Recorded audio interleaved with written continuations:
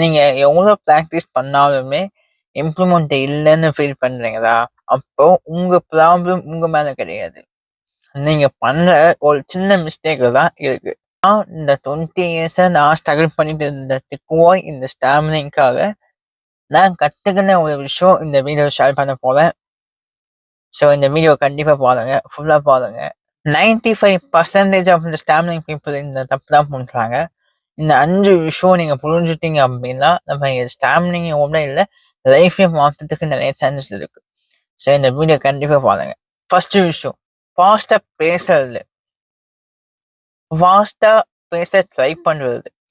என்னுடைய ஃப்ரெண்டு மாதிரி பேசணும், என்னுடைய அம்மா மாதிரி பேசணும், என்னுடைய அப்பா மாதிரி பேசணும் அப்படின்னு நம்ம பேச ட்ரை பண்றது.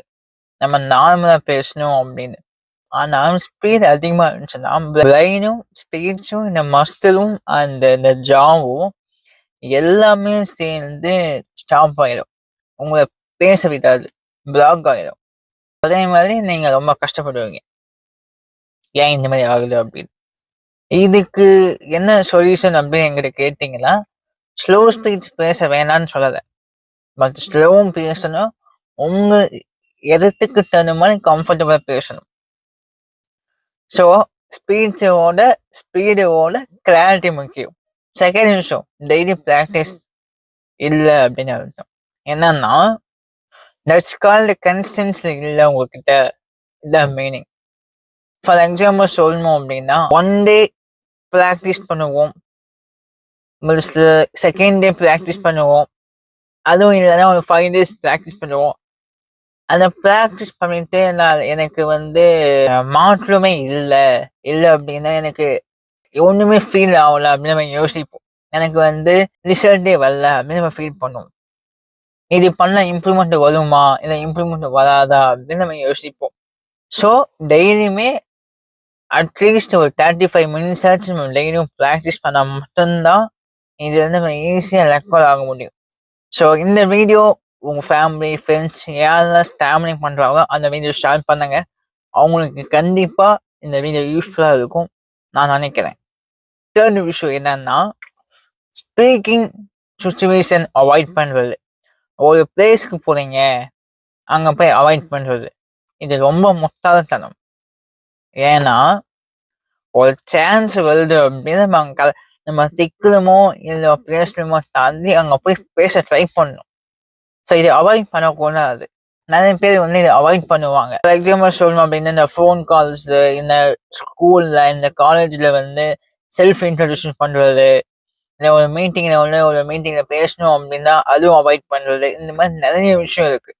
ஏன்னா பேசணும் மற்றவன் சிரிச்சிடுவான், இல்லை அந்த பையன் கேலி பண்ணுவான், கேலி பண்ணிட்டோம். பட் நம்ம அங்க போய் பேச ட்ரை பண்ணும்போது உங்களுக்கு அந்த கான்ஃபிடன்ஸ் லெவல் இன்க்ரீஸ் ஆகும், பயம் போகும். ஸோ டெய்லியுமே ஒரு பீப்புள்கிட்டயே உங்க ஃப்ரெண்டு ஃபோன் கால் நீங்க டெய்லியும் பேச ட்ரை பண்ணுங்க. டெய்லியுமே ஒரு 5 நிமிஷம் நீங்க ஃபோன் கால் உங்க ஃப்ரெண்டு கிட்ட பேசலாம், இல்லை ஒரு நியூ பீப்புள் கிட்ட போய் பேசலாம், இல்லை ஒரு கடைக்கு போயிட்டு சாமான வாங்குற மாதிரி பேசலாம். நிறைய விஷயம் இருக்கு. ஸோ நீங்க இந்த மாதிரி ப்ராக்டிஸ் பண்ணா மட்டும்தான் அந்த ஸ்டாமினிங் போகும். ஸோ 4வது விஷயம் என்னன்னா, கம்பேர் பண்றது. என்னுடைய ஃப்ரெண்டு செம்மையா பேசலாம், என்னுடைய அம்மா செம்மையா பேசுறாங்க, என்னுடைய டீச்சர் செம்மையா பேசுறாங்க அப்படின்னு நம்ம கம்பேர் பண்றது. அதே மாதிரி ஸ்டாமினிங்கோட கம்பேர் பண்ண வேண்டாம். ஸ்டாமினிங் பீப்புளை கம்பேர் பண்ண வேண்டாம். என்னுடைய டீமுக்கு தான் சொல்லுவேன். அவன் ஃப்ளூயண்டா பேசலாம், எனக்கு பேசணும், எனக்கு அந்த மாதிரி கம்பேர் பண்ணாதீங்க. உங்களாலையும் பேச முடியும். ஸோ கொஞ்ச நாளைக்கு இந்த ப்ராக்டிஸ் பண்ணீங்கன்னா நம்ம கண்டிப்பா அவங்கள மாதிரி பேச முடியும். ஸோ நேற்று நம்ம என்ன ப்ராக்டிஸ் பண்ணோம், இன்னைக்கு என்ன ப்ராக்டிஸ் பண்ணோம், நேற்று எத்தனை பீப்புள்கிட்ட பேசணும், இன்னைக்கு எத்தனை பேர்கிட்ட பேச போறோம் அப்படின்னு உங்ககிட்ட நீங்க கம்பேர் பண்ணிக்கோங்க. இது ரொம்ப முக்கியம். ஸோ 5வது விஷயம் என்னன்னா, இந்த ஃபாஸ்டா ரிசல்ட் பார்க்கறது. நான் ஒரு 2 மாசம் ப்ராக்டிஸ் பண்றேன், நான் தனியா பண்றேன் அப்படின்னா அதை ஃபாஸ்டா எக்ஸ்பெக்ட் பண்ணக்கூடாது. ஏன்னா நீங்க ப்ராக்டிஸ்ல பர்சனுக்கு 2 மாசம் ஆகலாம், சில பேருக்கு ஒரு 6 மாசம் ஆகலாம், சில பேர் ஒரு 10 month ஆகலாம். But depends on your potential. அப்படின்னா அவங்களோட ப்ராக்டிஸ் ஓகேங்களா? 1 வீக் ப்ராக்டிஸ் பண்றேன், எனக்கு வித்தியாசமே தெரியல அப்படின்னு நம்ம என்னைக்குமே ஃபீல் பண்ணக்கூடாது. ஸ்டேஜ் இம்ப்ரூவ்மெண்ட் ஜேர்னி வேற. ஃபார் எக்ஸாம்பிள் சொல்லணும் அப்படின்னா, ஒரு ஜிம்முக்கு ஜாயின் பண்றீங்க அப்படின்னா, நான் வெயிட் லாஸ் பண்ணணும், இல்லை வெயிட் கெயின் பண்ணணும் அப்படின்னா, இந்த 2 நாளோ இல்லை 3 நாளோ பண்ண முடியாது. சேம் கான்செப்ட் தான். ஒரு பாடி ஒரு டிரான்ஸ்ஃபார்மேஷனை கொண்டு வரதுக்கு அட்லீஸ்ட் ஒரு 6 to 1 year ஆகும். அதே மாதிரி இந்த ஸ்டாமினிங் ரெக்கார்ட் ஆகிறதுக்கு அட்லீஸ்ட் ஒரு 6 to 10 months இருந்தால் மட்டும்தான் இந்த ப்ராக்டிஸ் பண்ணும்போது தான் ரெக்கார்ட் ஆக முடியும். ஸோ இந்த மாதிரி பண்ணும்போது தான் ஈஸியாக ரெக்கார்ட் ஆக முடியும். இந்த 5 விஷயம் நீங்கள் கண்டிப்பாக ஃபாலோ பண்ணுங்க.